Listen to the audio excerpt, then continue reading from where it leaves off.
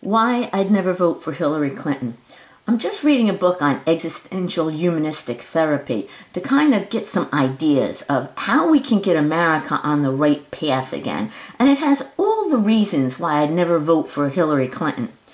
The heart of being, from a humanistic existential point of view, is presence. The ability to be there, to really attune to your own embodiment, and to be capable of really attuning to the presence of another. You see that in Bernie Sanders. There is an intensity, no phoniness, no spin, no manipulation, just intense presence, authentic, congruent, transparent. Where Bernie Sanders is a genuine human being, Clinton is a politician. She's the spin master, whether it is Benghazi or the way she goes about winning against Bernie in Iowa. People say they can't trust her because they know this inauthentic quality she keeps displaying, which is all about winning, about the politics of the situation, not about presence, about being there authentically, engaging in real dialogue, free of manipulation. Healing with existential humanistic therapy is all about process, not content, because it is process that defines mental health. Bernie is all about process. The means he uses to win the nomination strike everyone as a cut above politics as usual in America, while Hillary exudes content, selling the Clinton package, and being ruthless about the means, the process employed. Integrity in process just isn't there with our typical politician, Hillary Clinton. Her criticisms of Bernie Sanders have been outrageous and fabricated. We need to hold all candidates for the presidency responsible for their patterns of behavior.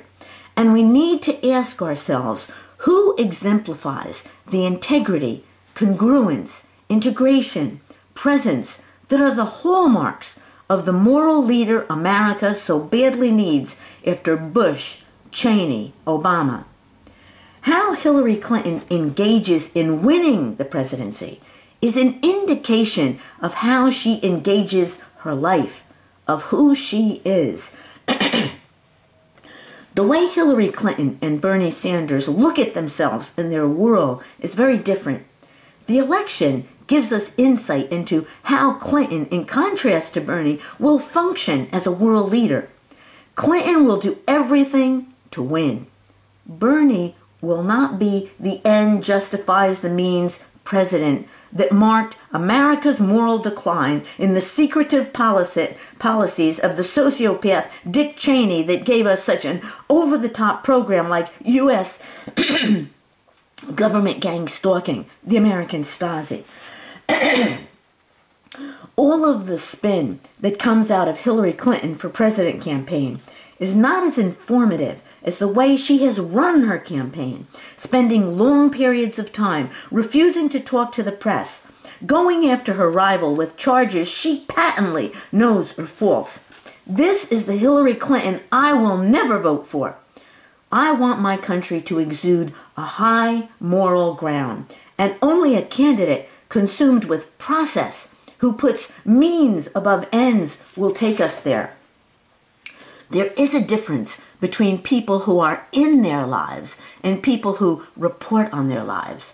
When you see Bernie Sanders, you see and hear someone who is embodied. If you asked Bernie, what are you feeling right now? His response would most likely be congruent with his behavior. If you asked Clinton, what are you feeling right now? I think the real, honest response to that question would be different from the act before us. Embodiment. It is the hallmark of health in existential humanistic therapy. It means you get what you see if you are the American people.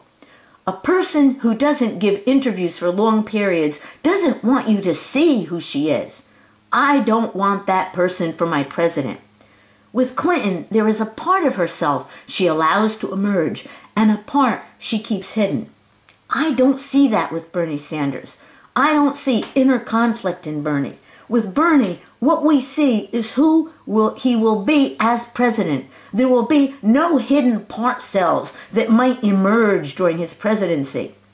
Bernie has shown time and again that he takes responsibility for what he does. Hillary Clinton has shown just the opposite. Truth exists as it appears in action, said Kierkegaard. What we do is who we are. Bernie's campaign stops are like encounters. Many Americans have been a little amazed at how he speaks the truth. Our politicians usually don't do that. His rallies have an intense quality that are missing in Clinton's. There is something living about Bernie's rallies that isn't there in Clinton's. There is a lack of pretense and a preoccupation with America's real human problems at Bernie's rallies. Bernie is direct, dynamic, engaged, passionately intense. Presence, the crux of the existential humanistic approach, is not an intellectual thing. It is embodied. It sheds pretense and really allows the self and one's view of the world to be seen. It sheds the protective way of being in the world I see in the life of Hillary Clinton. Do we want stiltedness or genuine feelings in our president? Do we want defensiveness or openness? Do we want self-puffery or humility in our president? Intentionality is another important word in the existential humanistic approach. Rollo May has called it a full-bodied orientation to a given goal or direction. If we want America to have clear goals again, we need to select a candidate with clear intentionality. It comes not from the intellect, but from every fiber of a candidate's being. Bernie has clear intentionality. Clinton does not. Bernie will have a clear set of priorities he will bring to the presidency. Because Bernie can say, I am. America will once again be able to say it too, instead of sending double messages to the world, saying one thing and doing another. With Bernie Sanders, America's meaning in the world will be clear. We will have a president who takes responsibility. We will have a president who is intimately related to the country and the world, not just intellectually, but someone who is present to himself and hence to others.